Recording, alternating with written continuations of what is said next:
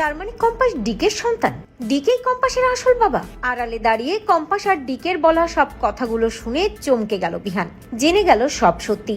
Compass ধারাবাহিকে দেখা যায় মোনালিসার চক্রান্ত ভেস্তে দিয়ে নোবেল ফিউচার কলেজের সম্মান রক্ষা করে কম্পাস।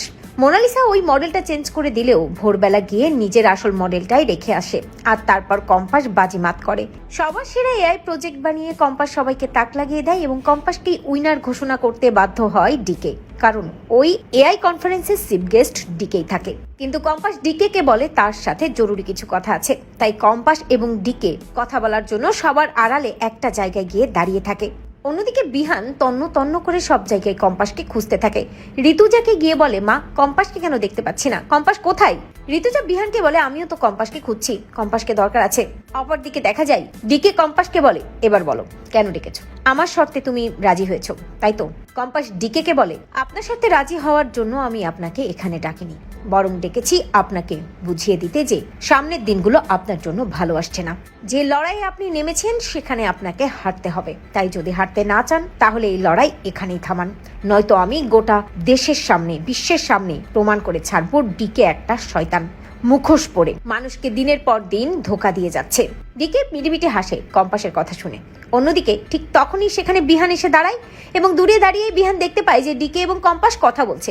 বিহান ভাবতে থাকে, একই কম্পাস ডিকের সাথে কথা বলছে, কি কথা বলছে? আবার ওই ফর্মুলা নিয়ে কথা বলছে না তো? না, ডিকে এখানে চিফ গেস্ট, কম্পাসের এই মুহূর্তে এসব নিয়ে কথা বলাটা উচিত হচ্ছে না। এই বলেই যখনই বিহান কম্পাসকে ডাকতে যাবে তখনই ডিকে কম্পাসকে বলে, কম্পাস ভৌমিক, তুমি আমাকে গোটা সমাজের সামনে বিশ্বের সামনে ছোট করবে, আমার মুখোশ খুলে দেবে?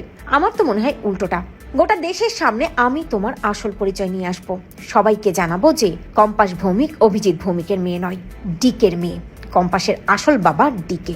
এই পরিচয়টা সবার সামনে আনলে খুব ভালো হবে কি কম্পাস ভৌমিক? ঠিক তখনই বিহান এই সবটা শুনতে পায় নিজে কানে আর ভাবতে থাকে, কি বললো ডিকে, কি বললো ডিকে কম্পাসের আসল বাবা? এসব কি হচ্ছে, কি বলছে ওরা? কম্পাস ডিকে কে বলে, কি ভেবেছেন আপনি আমার বাবার পরিচয় সবার সামনে দিয়ে আমাকে হারিয়ে দেবেন? ফর্মুলাটা আমার কাছ থেকে ছিনিয়ে নেবেন? পারবেন না মিস্টার ডিকে, পারবেন না। কম্পাস ভৌমিক নত হওয়ার মেয়ে নয়, আর আমি ওই ফর্মুলা কোনোদিন আপনার হাতে তুলে দেব না, সে আপনি আমার আসল বাবা হন বা যেই হন না কেন। শুনেই বিহান চমকে যায়, ভাবতে থাকে তার মানে ডিকে যা বললো এটা সত্যি, কম্পাস ডিকের মেয়ে। তো বন্ধুরা, তোমরা এটাই চাও তো যে আসল পরিচয় জানতে পেরেও যেন কম্পাসকে এভাবে আগলে রাখে বিহান যেন কম্পাসকে দূরে ঠেলে না দেয়? কমেন্ট করে জানাতে ভুলো না।